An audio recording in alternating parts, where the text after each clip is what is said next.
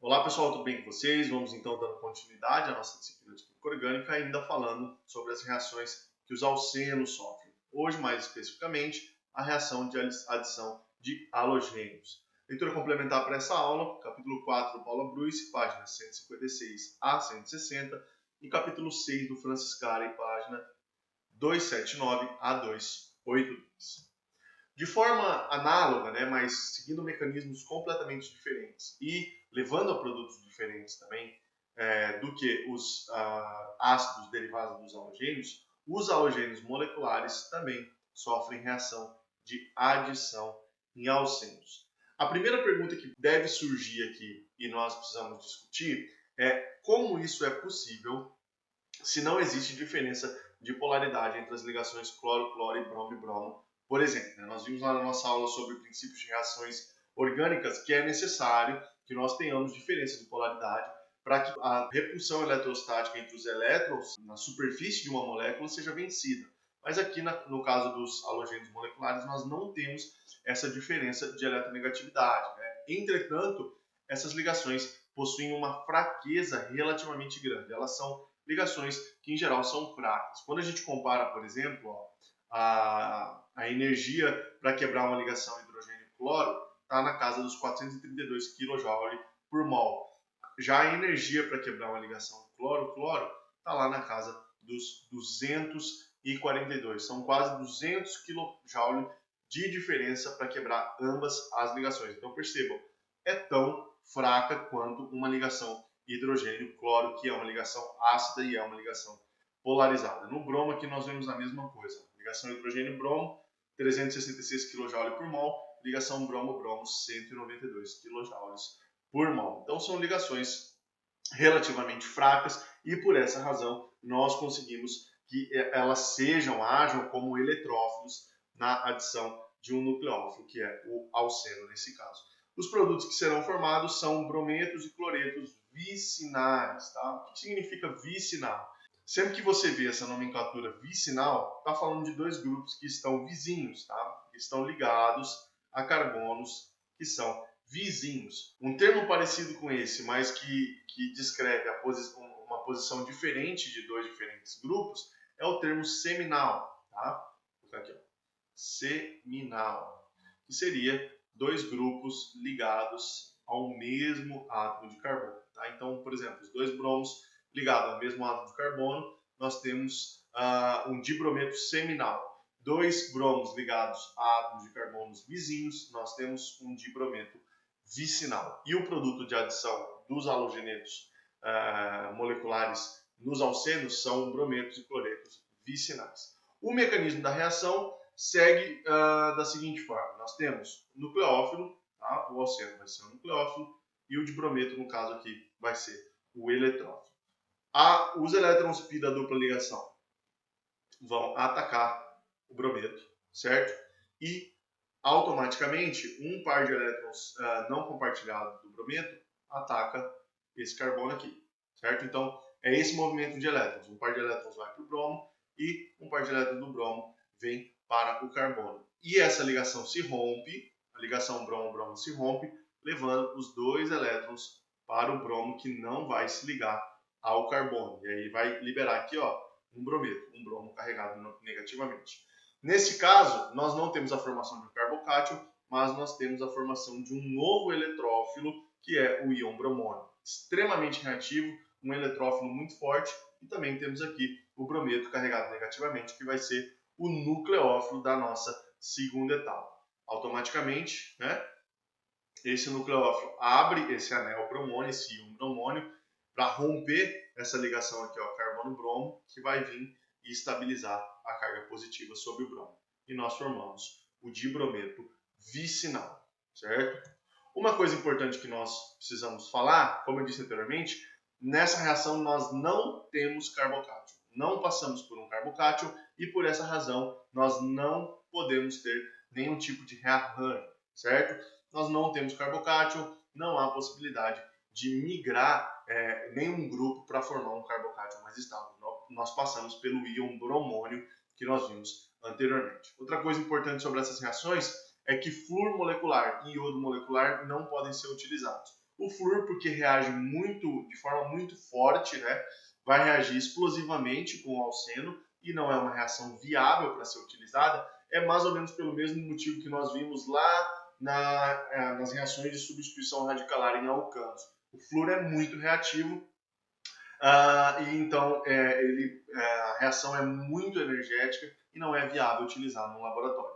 Já o iodo, a reação até acontece, o problema é que a ligação carbono-iodo ela não é uma ligação estável. Por quê? O átomo de iodo é muito grande em relação ao carbono e, por essa razão, a sobreposição dos orbitais não é tão eficiente. Então, por mais que possa ser formado diodeto vicinal, esse diodeto vicinal ele vai se decompor novamente para o alceno e o iodo, deslocando o equilíbrio para o lado dos reagentes. Tá? Então, o flúor molecular e o iodo molecular não são substratos que são facilmente, né, não é viável que eles sejam utilizados em reação de adição de halogênios a duplas ligações a alcenos.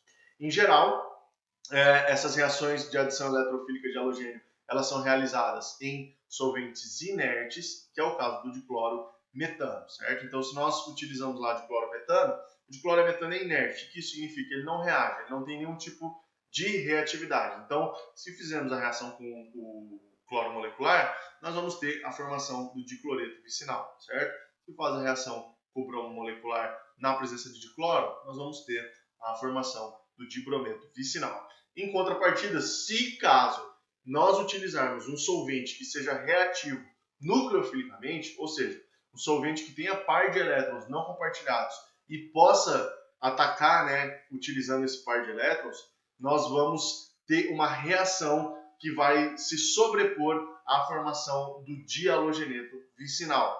Que no caso, por exemplo, se nós utilizarmos a água, que é o caso mais clássico, e não de clorometano como solvente, nós vamos ter a formação das haloidrinas, que são hidroxilas substituídas na posição alfa de um carbono substituído com um halogênio. Aí nós podemos ter a bromidrina e a clorohidrina.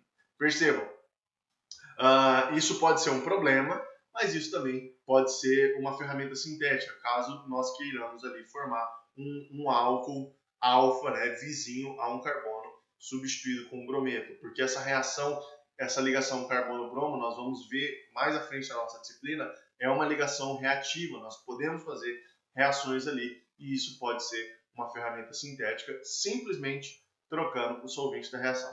Faz um solvente inerte, você tem o dihalogeneto vicinal. Faz um solvente reativo, no caso aqui a água, nós vamos ter uma bromohidrina, que é caracterizada por essas ligações aqui, ou uma clorohidrina. Por mais que a gente tenha um pouquinho, né, um produto minoritário do cloreto e do dibrometo vicinal. Um termo aqui interessante para a gente já aprender é o termo solvólise, certo? Nós utilizamos esse termo para indicar que um solvente de uma reação também participa como reagente em algum momento do mecanismo reacional. Então, essa reação utilizando água da adição de halogênios moleculares a alcenos é uma reação que envolve uma solvólise, onde a água, solvente da reação, está participando em algum momento como um nucleófilo. O mecanismo para a formação das haloidrinas segue a primeira etapa, como nós vimos anteriormente, a formação do íon bromônio, para liberar aqui o brometo, e formar o íon bromônio, um anel de 3 membros com um bromo carregado positivamente, certo? Como nós vimos, o brometo pode abrir esse anel, né? E isso vai nos levar ao produto minoritário, que é o dibrometo vicinal. Entretanto, essa abertura de anel será favorecida para que aconteça com a água, certo? E aí nós vamos ter aqui, ó, a formação da ligação carbono-oxigênio e a formação da ligação bromo aqui no carbono terminal e formamos a haloidrina protonada. A haloidrina protonada é extremamente ácida, então mais uma molécula de água vai vir ali, ó, e vai desprotonar essa haloidrina e nós vamos essa haloidrina protonada e nós vamos levar a formação da haloidrina como o nosso produto final, certo? Como já é de praxe nas nossas reações, nós sempre temos, né, um fator regioseletividade caso seja utilizado um alceno assimétrico, certo? Então, sempre nós vamos ter essa questão da regioseletividade, e aqui na abertura do íon bromônio não é diferente. O que vai determinar a regioseletividade, né, o que vai selecionar qual rota vai ser mais favorecida é o estado de transição mais estável, é a estabilidade do estado de transição. Aquele estado de transição que for mais estável, ele vai ser favorecido e por aquele caminho nós vamos formar o produto majoritário. Então, percebam nesse caso aqui, nós temos a formação do íon hidrônio. No caso, nós estamos tratando da abertura do íon hidrônio para formar uma aloidrina.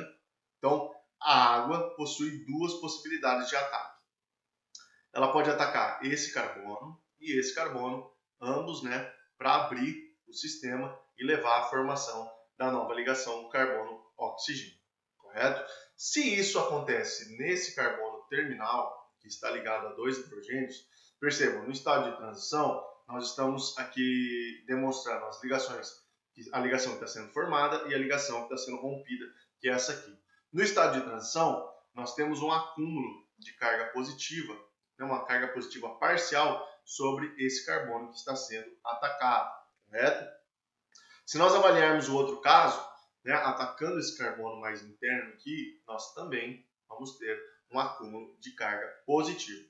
Um carbono carregado positivamente é um carbocátion. Então, nos dois estados de transição, tanto nesse caso aqui, quanto nesse segundo caso aqui, nós vamos ter a formação no estado de transição de espécies que se assemelham, que são parecidas com carbocátions. E por esse motivo, elas vão seguir a ordem de estabilidade e de energia para atingir esse estado de transição de forma semelhante a um carbocátion. Lembre-se, o carbocátion mais estável é o terciário.